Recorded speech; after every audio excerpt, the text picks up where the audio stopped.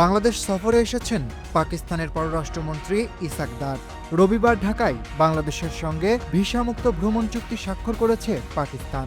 সরকারি ও কূটনৈতিক পাসপোর্টধারীদের জন্য ভিসা বাতিল করা হয়েছে। এছাড়া আরও 5টি সমঝোতা স্মারক সই হয়েছে দুই দেশের মধ্যে। ঢাকা সফরে এসে বাংলাদেশের অন্তর্বর্তী সরকার প্রধান ডক্টর মোহাম্মদ ইউনূসের সঙ্গে সাক্ষাৎ করেন পাকিস্তানের পররাষ্ট্রমন্ত্রী।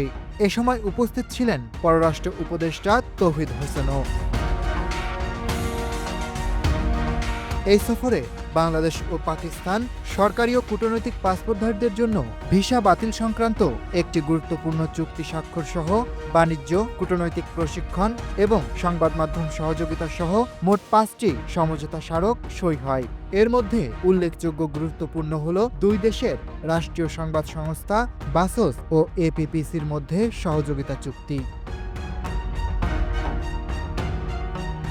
2012 সালের পর এই প্রথম কোনো পাকিস্তানি পররাষ্ট্রমন্ত্রী ঢাকা সফর করলেন। বিশ্লেষকদের মতে এই সফর দুই দেশের সম্পর্ক স্বাভাবিক করার নতুন প্রক্রিয়ার সূচক। বাংলাদেশ ও পাকিস্তানের মধ্যে দীর্ঘদিনের টানাপোড়েনের পর এই সফরকে অনেকে ইতিবাচক ইঙ্গিত হিসেবে দেখছেন। Aritra Basu, news desk.